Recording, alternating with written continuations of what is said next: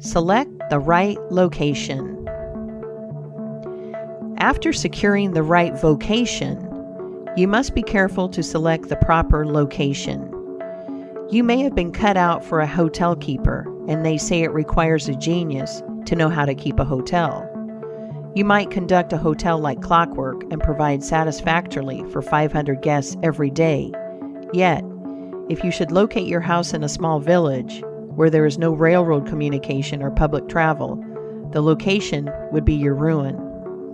It is equally important that you do not commence business where there are already enough to meet all demands in the same occupation. I remember a case which illustrates this subject. When I was in London in 1858, I was passing down Holborn with an English friend and came to the penny shows. They had immense cartoons outside portraying the wonderful curiosities to be seen, all for a penny. Being a little in the show line myself, I said, "Let us go in here." We soon found ourselves in the presence of the illustrious showman, and he proved to be the sharpest man in that line I had ever met. He told us some extraordinary stories in reference to his bearded ladies, his albinos, and his armadillos, which we could hardly believe, but thought it better to believe it than look after the proof. He finally begged to call our attention to some wax statuary and showed us a lot of the dirtiest and filthiest wax figures imaginable.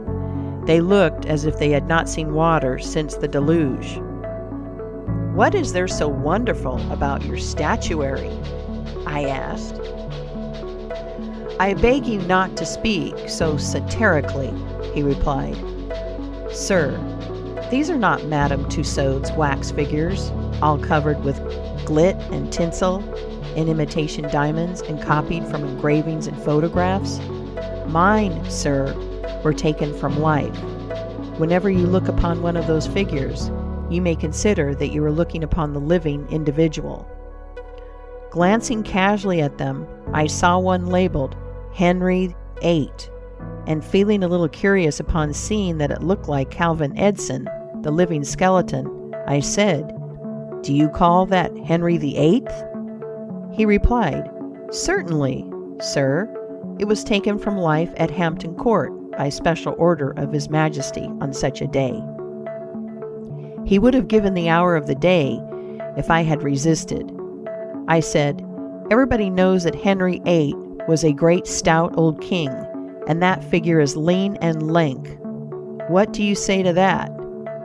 "Why," he replied, "you would be lean and lank yourself if you sat there as long as he has."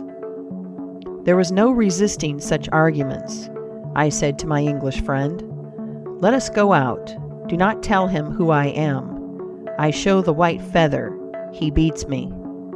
He followed us to the door, and seeing the rabble in the street, he called out, "Ladies and gentlemen, I beg to draw your attention to the respectable character of my visitors," pointing to us as we walked away.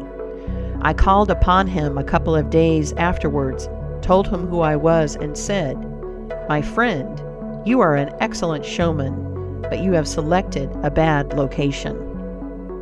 He replied, "This is true, sir. I feel that all my talents are thrown away, but what can I do?" "You can go to America," I replied. "You can give full play to your faculties over there.